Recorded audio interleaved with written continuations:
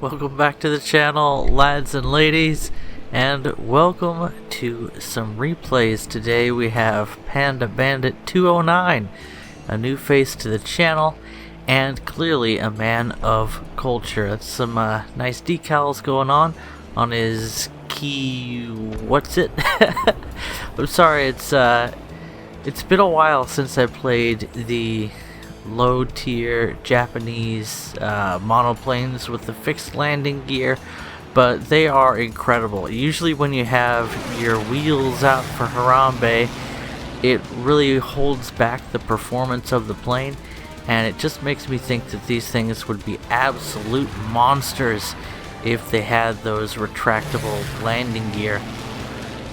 You can see it really has everything you want out of a very low rank plane. Even this early BF-109 just gets absolutely outmaneuvered by the Japanese monoplane. It really handles like a biplane in a turn. It's got that nice turning radius. You can see against the He-51, he's doing just fine. And yet it also has the higher speeds and lower drag coefficient of a monoplane design. In other words, it's just about everything you could ask for. As we cut forward to the action here, there's really nothing that these enemies can do at low altitude against Panda Bandit's plane, and that shows. Have I featured Panda Bandit before? I'm not quite sure. It sounds like a pretty cool name, but maybe it just made an impression to me, or an impression on me when I recorded the replay video, but I like the name. Anyway, panda banditry aside, would that be a panda who is a bandit, or a bandito who specializes in absconding with panda bears? Watch out, China will get ya. I-16, one of the most deadly and capable fighters at this tier, and taken down handily by the Japanese plane. There's really only one thing you can do against an aircraft that handles this well, and that is to avoid them, get some altitude advantage, and then take them down. And you can see that the entire enemy team is just kind of hanging out at low altitude, the way that people tend to do in these low tier battles. Most of these planes do not have any kind of performance up above 2,000. Oh, that was fun. Almost colliding with his squad mate there. It must be a Key 27 Otsu that he's in. See, I told you, Key something or other. And I've been having sort of a rough patch in War Thunder lately. Just really bad server issues. Not game breaking, but it just kind of makes me feel like I'm having a stroke while I'm playing the game. And I've been very busy with the kiddos, especially the girls. Both of them are very demanding right now, and they want a lot more of my attention than I've been giving them lately, and they've been driving me a little bit crazy. I think maybe I need a vacation. It's just that the thing about toddlers is they don't really recognize when they have a bad attitude. And it's my girls in particular, they're pretty difficult to get them to fix their attitude, because, I mean, if you push, then you just end up turning them into a screaming puddle on the floor, and that's not helping anybody's nerves relax. So I'm kind of enjoying my quiet time right now. But then again, I'm constantly sleep deprived, so I need to also go to sleep at some point tonight. But I figured I'd bang out a replay video and then call it a night. It's been a long day. I really do feel like I need a vacation, and the seasonal dreariness is definitely setting in. And all of that is to say, I kind of feel like jumping into a low tier BF-109, like the really low tier stuff, and just tearing some beginners apart with my machine guns. maybe I'm the one with the bad attitude, but it feels nice to get back into matches like this one where everybody's at low altitude, everybody's just kind of twisting around and trying to get their guns on target, and people are just having fun. I mean, even though some aircraft are going to do a lot better, and experienced players are going to tend to start padding out those stats while playing these low tiers, it really is fun to jump into really low tier if you're in a ground vehicle, or wow, that is some really impressive rudder action that enemy pilot is doing. I haven't seen maneuvers like that ever. Almost slamming into the ground, but pulling out just in time. I wish I could master that technique. I wouldn't have to get neutered. And and yet, even is that a CW-21? Oh my gosh, that airplane is such a meme.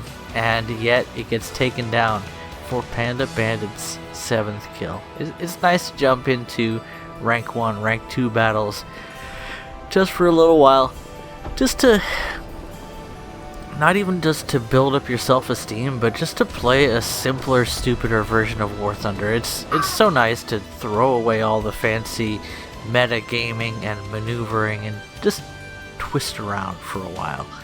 Anyway, this is not that. This is one of the most beautiful user camouflages that I've seen now available on the marketplace, available for the British Harrier. You can tell this is the Brit boy from the Sneb pods. I think those are Snebs, and the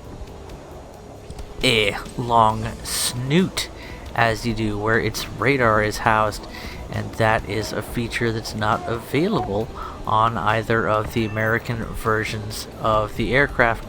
He picks up a kill there, and I'm not entirely sure how. Did you see anything? I didn't see anything, so I'm thinking yes, that's a replay bug. Sometimes when you're firing the guns, nothing squirts out of them on the replay, but I assure you he was spurting toward the enemy there, just as you see him doing with his 2nd kill. Nicely done. 2 with the guns and missiles still on the wings, along with all those rockets. Not a bad start at all, and picking up 3 quick ground target kills in short succession. The oh, was he firing rockets there? Was that the cannons? I think it was the cannons. Can you kill medium tanks with the cannons on this thing? I haven't tried that out. I'm gonna have to try that. And yeah, 72 rockets. I think that's his beginning compliment, maybe. But welcome to Ghost Shell Thunder. Even the replays are ghosting shells now, but that's a bug that I've seen a decent amount with the ME262A1U4 Narwhal. Sometimes, for whatever reason, in replays it won't show when you're actually firing the big gun. And that's too bad because, as I mentioned, it's a big gun. And picking up a 3rd kill with the impromptu stealth rounds that I assure you were actually coming out of his aircraft in the live battle. But again, replay issue, it is what it is. And I hear my little boy. He's waking up and he looks hungry. I might have to take a little break in the replay to do some more daddying. And still, he hasn't used the rockets on his wings. That's kind of surprising. And yet, picking up light pillbox kills, really showing off some very nice gameplay here of the Harrier, showing off how you can drain quite a bit of the enemy's victory tickets. I don't know what to call them. Their tickets, their points. You can see causing some serious damage to the victory bar of the enemy. It's awkward phrasing for sure. I gotta find a better way to refer to it, but victory bar, there you go. It's where all the best pilots drink. And yet, that's just one aircraft, just casually picking up light pillbox kills, medium tank kills with the cannons. And I cannot wait to see what future aircraft bring to that meta. Again, some more invisible shots coming out of the guns. He still has the missiles. He's getting onto the tail of the Saber, but he sets him a fuego with no issues, not even needing to use a single one of his missiles yet, and coming out on top in these fast hit and run engagements against Sabers.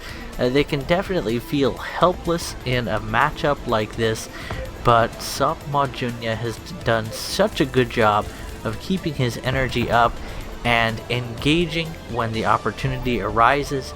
And if enemies are going to play passively, if they're not going to come and dig him out of the low altitude environment where the Harrier performs so well, then he's just going to destroy every single ground target on this map, picking up a fourth series of hits here. Could this be his 5th kill? 14 ground targets, just hitting one thing after another. You can tell that he really knows his plane, he really knows his guns, and he has been using the cannons here to cause incredible amounts of damage to the enemy. He still has the rockets, he still has the missiles. He can carry this fight in the form of a ground attack or anti-air superiority. Just incredible. This is going to be a fantastically profitable match, and he still has cannon ammunition left. It really goes to show that the complement on the Harrier when it comes to its 2 Aiden cannons is very capable of carrying a match if you have good aim and good fire discipline, the way you see SOPMODJunya demonstrating for us here today. And that really was a pleasure. And to wrap things up, we have ObnoxiousCleve. I think this is a little bit older video as the missile comes out and, like a true sidewinder, zigzags its way to the target. Because of course it would, and you can tell this is an older video because it has the old sound for getting a kill in an aircraft that was introduced, and then it was switched up a little bit to be a little more puissant. And I love the owo on the side of the vehicle there. That's delightful. And I thought that I would share this Hunter gameplay because it shows that even though the Hunter is a jet that's largely forgotten, my baby feels forgotten right now. He's getting after me. I gotta get to sleep, man. But the Hunter is still a good jet, and it comes down to its good high speed handling and its very capable firepower. And if you have a couple of air-to-air missiles to throw into the mix as well, that just helps. 2 missiles come in, both of them find their target, but Cleve Bro is gonna get no credit for that one, as his allies' missile came and got to the target first. But that enemy plane is very knocked out. I've been playing a lot of the Neverwinter Nights Enhanced Edition, and it is not the MMO Neverwinter that I never got into that game. I tried playing it a little bit with my wife. That was back when we used to play games together. We were looking for an MMO to play. We tried Neverwinter, we tried the Star Wars Old Republic MMO, and neither one of those really stuck for us. But there was this game called Elsword Online that was a lot of fun, and we had some good times there. But then I did that thing where I play video games way more than she does, and all of my characters were leveled way beyond hers. So we stopped hanging out. She went back to playing Pokemon.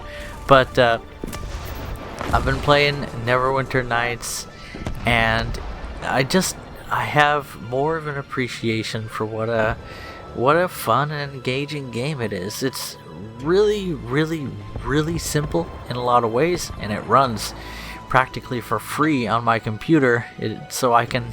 It's one of the few video games that I can actually play while I'm rendering videos, so that makes it even more useful. Now, if I had time to make videos, then I could make more use of that capability. But Neverwinter Nights has just been a really fun game for me to get back into. I doubt that any of you guys that didn't grow up playing it the way I did would really enjoy it, but it goes on sale fairly regularly on GOG.com, and Good Old Games is just one of those sites that I love to support. I like their style, and I'd pay $10 for it. I think I did pay around $10 for it, and it's definitely worth it. Maybe I even paid like $14, but I've already put like 30 hours into it because I'm obsessive like that, and I spend way too much time on games. And maybe that's why my kids are frustrated with me. Maybe I'm the bad guy. Oh man, as we wait for things to come to a head here in this video, you can see the pursuit phase of jet battles definitely key to success. You gotta chase down those speedy boys and also not put yourself in a bad position. And ObnoxiousCleve here, part of the net that's spreading out toward the enemy team, himself chasing down whatever jet that was. Wasn't paying super close attention, but he's going up into the old-fashioned clouds. That's right, back in the old day, the wet blanket thunder when the clouds looked like ass, and the game also ran just as poorly as it does today. But what was I saying? Brooklyn today. Oh my gosh. She's so precise with the things that she wants, but she's not so precise in the language that she uses to request those things. So she asked me for some cereal with milk. Okay. She told me that her cereal is in the fridge, and that's right. Her cereal from last night was in the fridge because she was too tired to eat it, so I took it from her and she yelled at me. And I put it in the fridge and I put her to bed, and tonight she asked for cereal. She told me about the cereal that's in the fridge, so I go and I get the cereal that's in the fridge, and she says she wants more cereal. So I put more cereal in that bowl of half-eaten cereal. Then she tells me she needs more milk, so I put more milk in that bowl.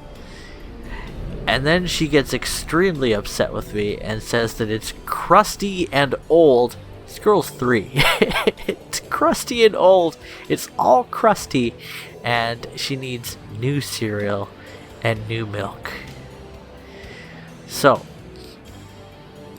I made the mistake of trying to talk her into eating her old cereal because that's what she asked for. That was my mistake, and I'm a monster for suggesting that. So, next phase. I get new cereal and new milk, and she told me which bowl I'm allowed to put them in. So we got that sorted out. And then I took her old spoon that she had just stuck into her old cereal and I offer it to her, but no, that's old and crusty. I need to wash it. So I wash it, she eyeballs it, then she accepts it. So finally, I've got her to accept some cereal and some, oh, by the way, she needed some more milk. Okay, more milk and more cereal. Okay, more cereal. Okay, now take a bite. No, I want to watch a show. So she goes into the living room and she sits there watching TV. And every now and then I'm like, take a bite. She said, no, I want to watch TV. Okay, yeah.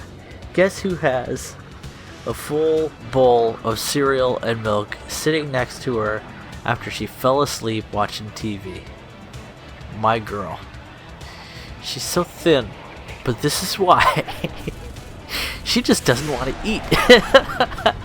But she loves the thought of having me make specific meals for her. She likes having the meal. She just doesn't have time to eat it. Anyway, eventually, Cleve is going to get around to taking some bites out of the enemy team. But until that happens, we've got a maneuvering MiG-21 to deal with, and the extreme angle of attack this jet is capable of utilizing in flight makes it a tricky opponent to take down, but with a spray and a roll that was impossible for the War Thunder replay system to follow appropriately, ObnoxiousCleve picks up a nice kill in his Hunter, living up to the name. Those MiG-21s are really difficult to tack down, but you can see the Hunter can maneuver, and Cleve has done a great job of keeping it in the zone where it maneuvers well, but doesn't lose out on all of its energy, keeping himself from being a victim in this early stage of the match. Well, I should say in the early stages of the match. You can see this one's gone on for quite some time as far as jet matches go. And this might have been before the Harriers were introduced. I'm not quite sure. I wasn't watching super closely. Again, I'm pretty tired. I kind of I'm sleepy, I'm bloated, my back hurts. I got the seasonal depression. I just want to go to bed, but I also really wanted to share another replay video with you all. I need to spend some more time recording replays, so maybe tomorrow is dishes and replays. That really sounds like a good combination. I gotta get some chores done around this house, and finishing off the last foe as he goes in for a landing. No doubt, bingo on fuel, breathing fumes on his way into the airport, taking down the last foe and finishing off the match in style. Not a lot of kills, but some good maneuvers and some solid support from teammates there. It really was a nice example of jet gameplay at this tier, and it does make me kind of want to jump back into my Harrier and we'll go harry some people. Anyway, I hope you guys enjoyed this one, and I'm very impressed by the look of that British Harrier skin. That's just absolutely gorgeous. Love to see that kind of stuff in the game. Catch you guys later. Bye-bye.